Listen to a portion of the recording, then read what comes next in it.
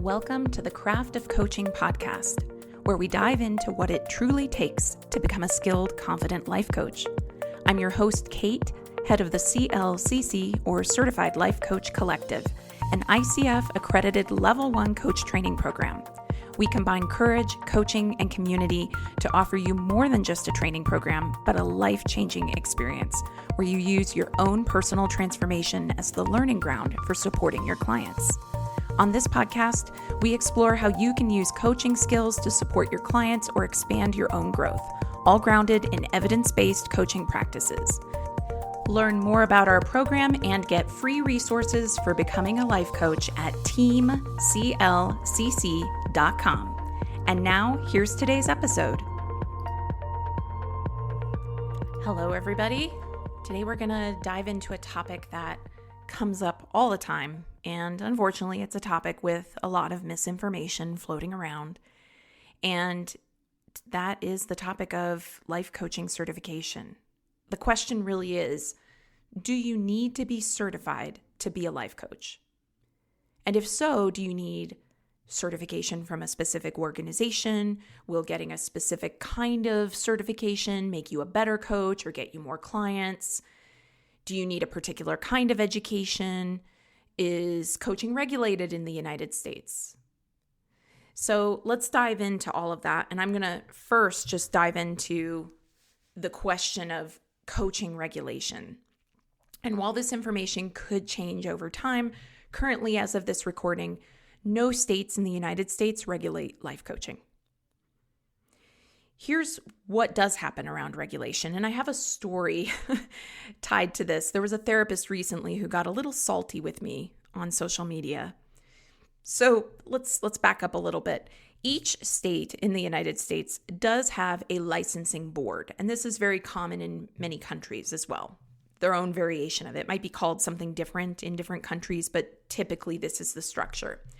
In the United States, there's a board called the Board of Behavioral Sciences, and it regulates therapeutic practices.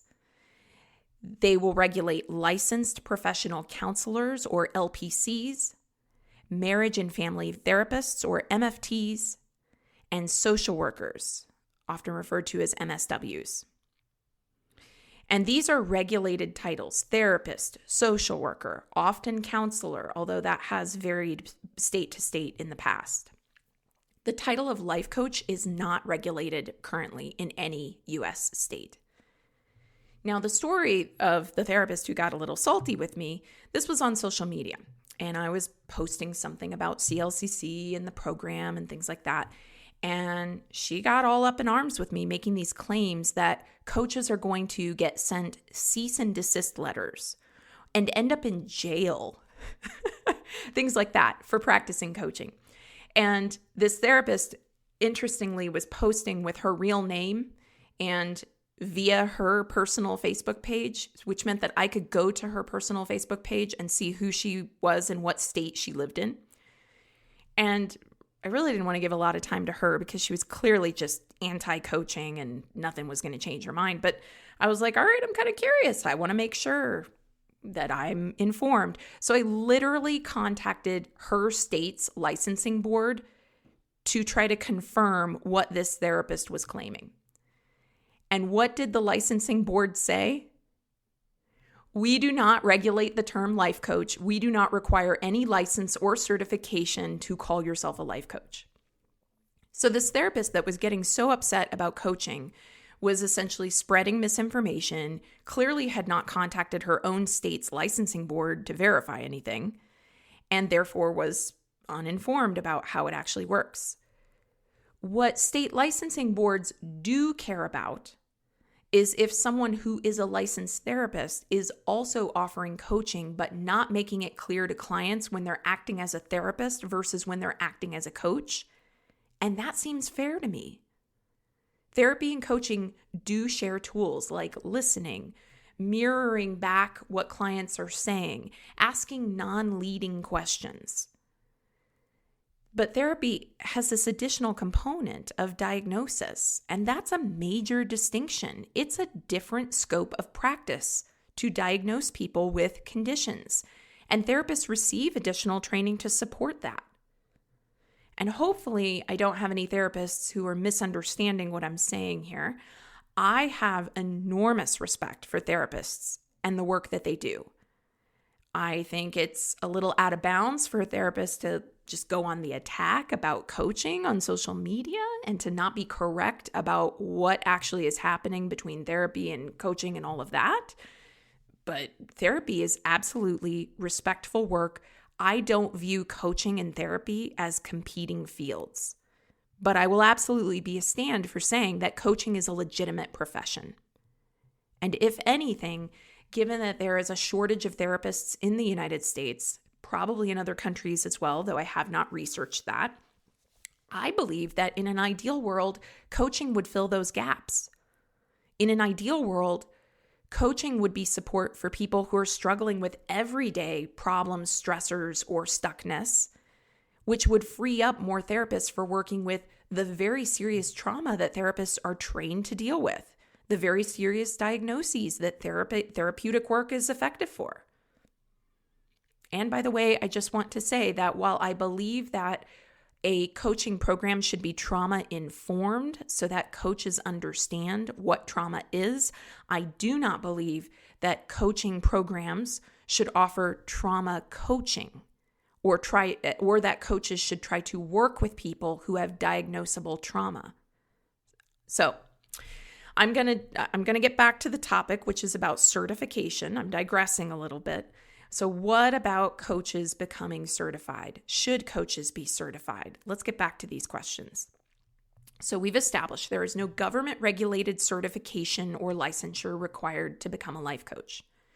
The organization that comes closest to functioning like a regulatory body for coaching, really by virtue of being the largest organization, is the International Coach Federation, or ICF. They oversee their own certification and credentialing processes. And it works very much like someone going through a graduate degree in counseling. You get the education from an institution, then you get your licensure from the Board of Behavioral Sciences. And coaching works in a similar way. You get your education from an institution like CLCC, and then you get your credential afterwards from the International Coach Federation, if you want to. I'll talk about that in a moment. So in our own program, the Certified Life Coach Credential, or CLCC program, we have always aligned our curriculum and program requirements with ICF standards. We have a level 1 ICF accreditation, which means that the International Coaching Federation has reviewed all of our curriculum, everything about how we run our program, ensuring that it meets standards. Now, here's a problem that's cropping up, though. More and more providers are popping up and creating programs that are not, in fact, accredited, but they simply do something called acquiring CEUs, or continuing education units.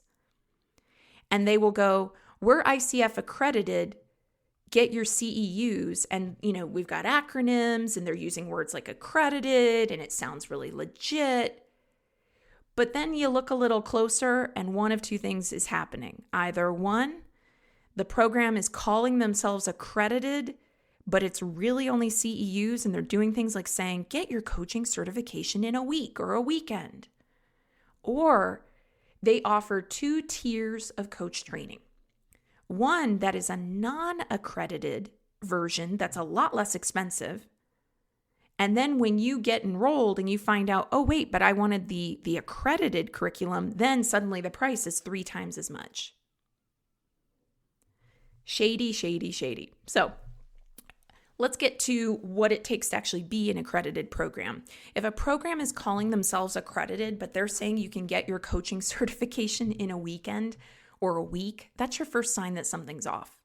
Because the ICF's actual program accreditation requirements, which you can look up on the ICF website, they could not be completed in just a weekend.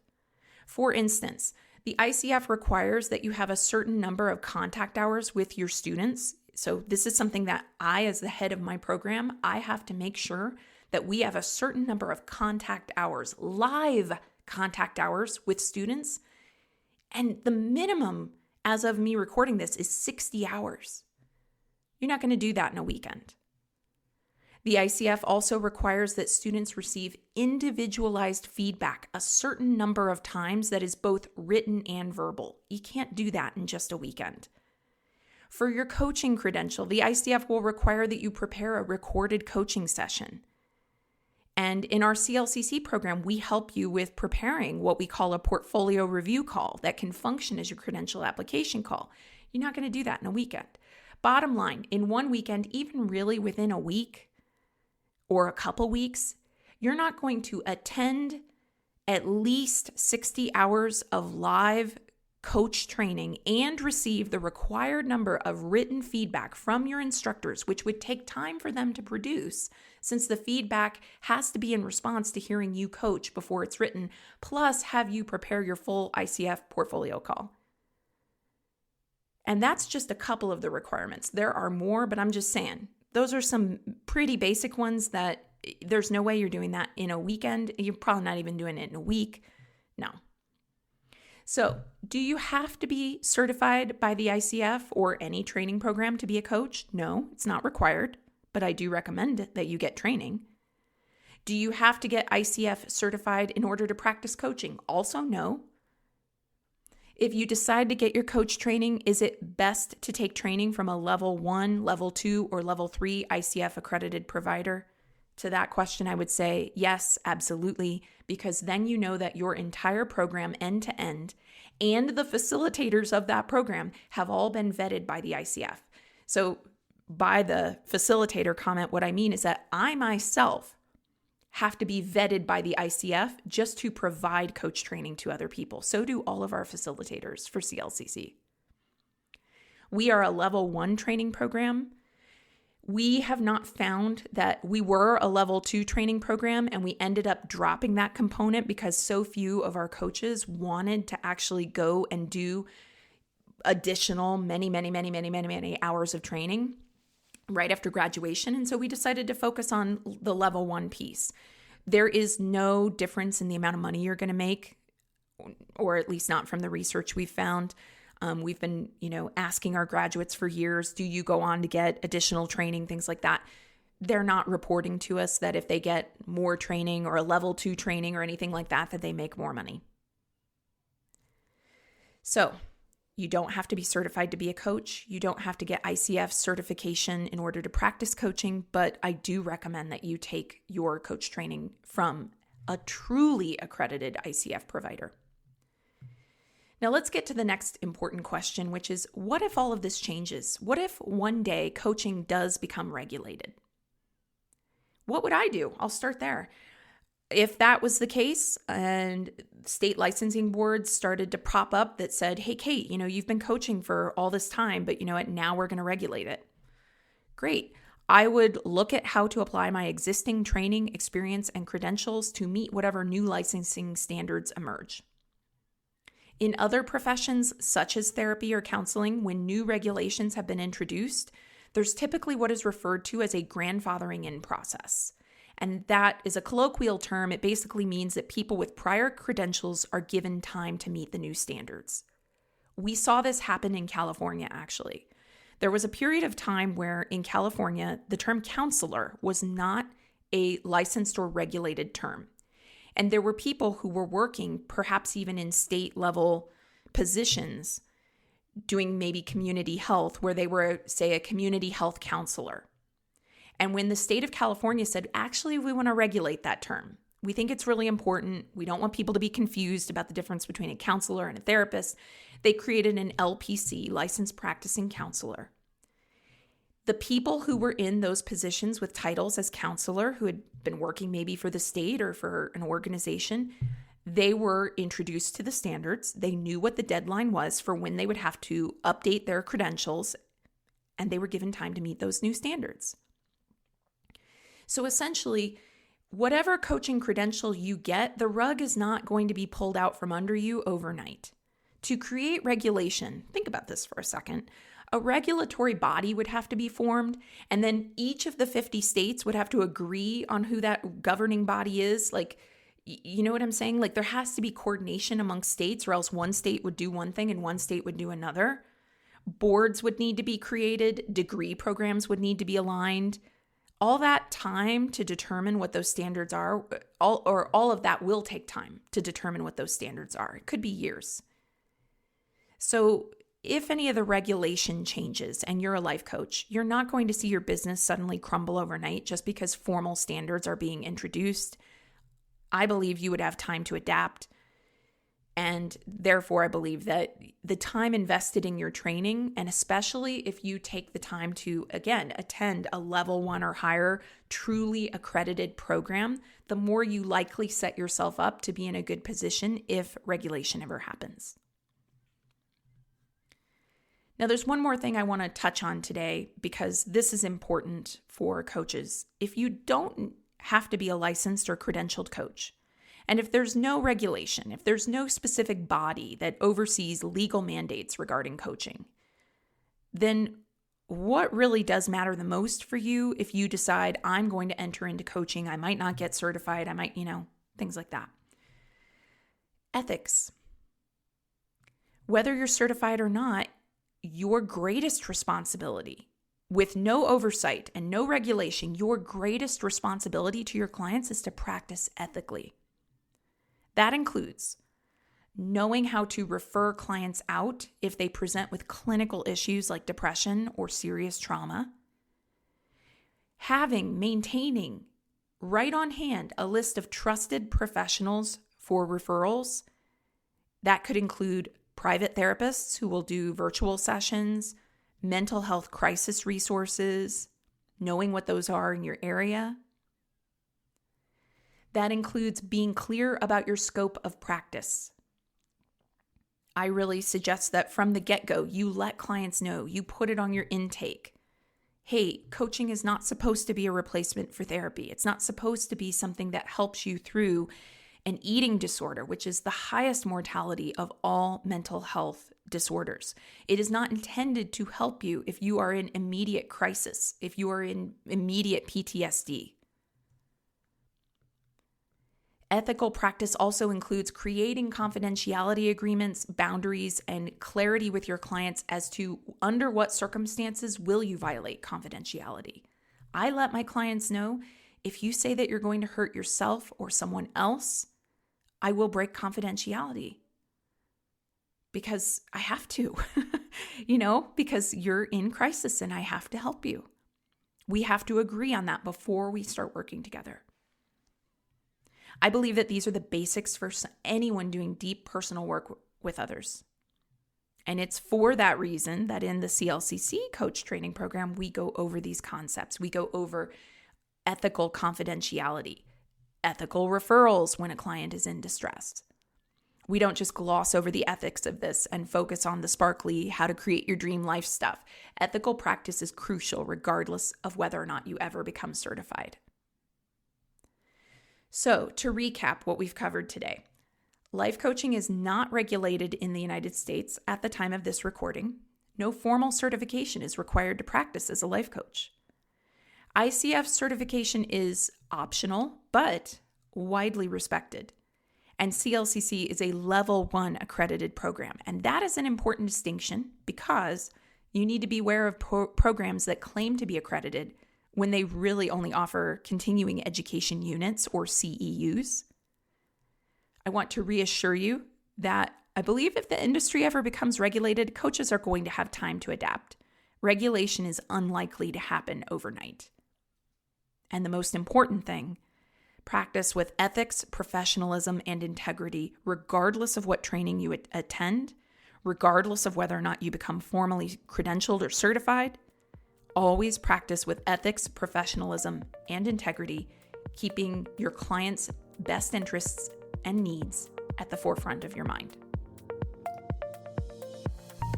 All right, that's it for today's episode. Thank you so much for listening. Before you go, would you help us out and take a moment to give us a rating in iTunes, Spotify, or wherever you're listening? It really helps us get the word out to other listeners. And before you go today, would you like free resources to support your coaching journey? Whether you're considering becoming a coach or you want advanced coach skills training, Access our coaching resource library at teamclcc.com. Again, that's teamclcc.com. Can't wait to connect with you, and again, thanks for listening.